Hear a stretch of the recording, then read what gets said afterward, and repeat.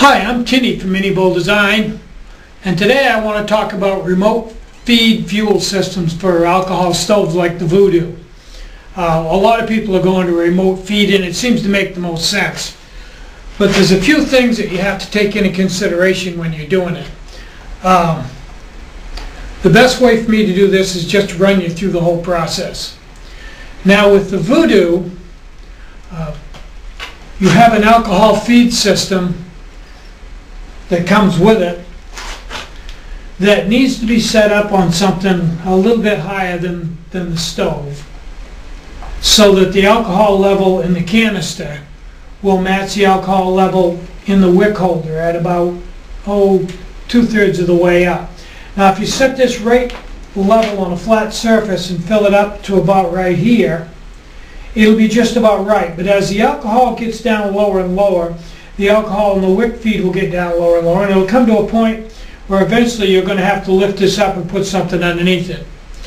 And if you fill it too high, it'll overflow on the stove.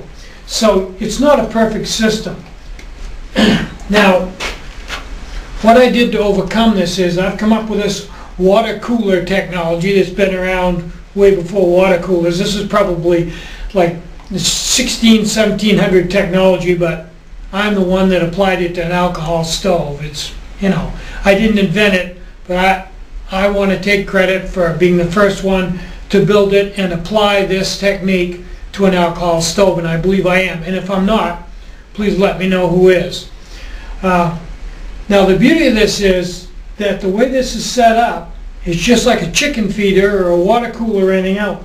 The alcohol level is always right there where my fingernail is, always, until the fuel runs out, or if you put a new bottle in, it always stays right there.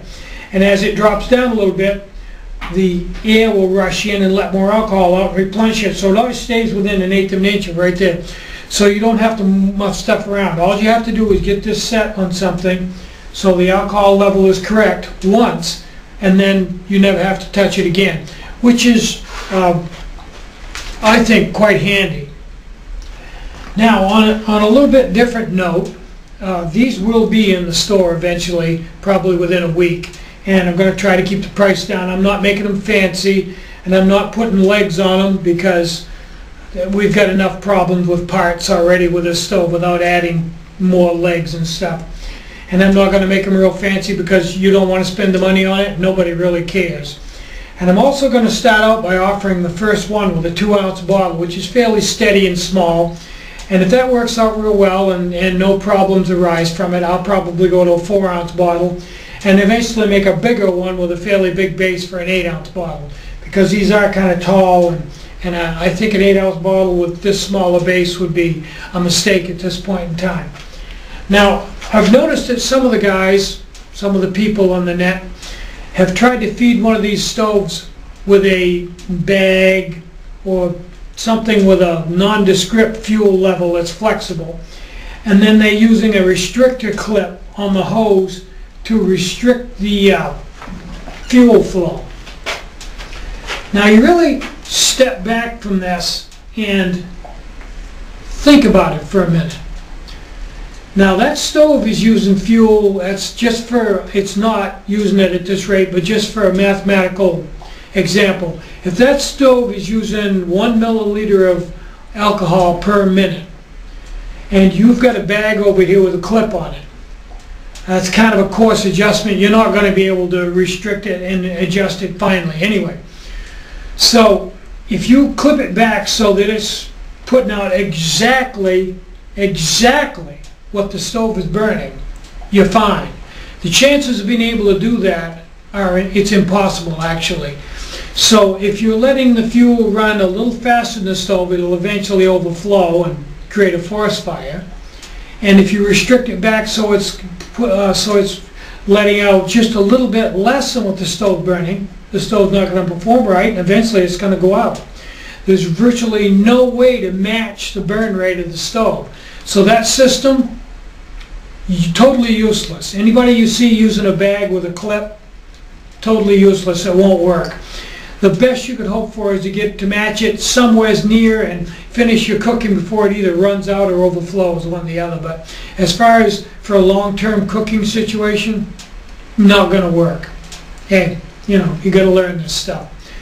I'm Tinny from Mini Bull Design. Get out and hike, cook some great meals, take a friend, have a really good day. I really mean that. Bye-bye.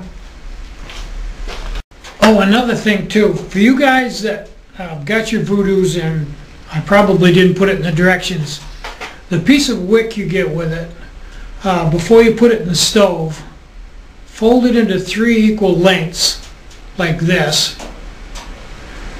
Tuck the ends in the first loop, second loop like that, kind of twist it a little bit, and then slide it down in, so that when you get done you've got 1, 2, 3 pieces of wick down inside the stove. This seems to work pretty well. I noticed some people have just taken the wick and stuck it in there, and well, I think that speaks for itself. When you receive the stove, it should have the wick in 3 pieces like this, and that's how it should be in the stove. If it isn't, make it that way, because it won't work right without it.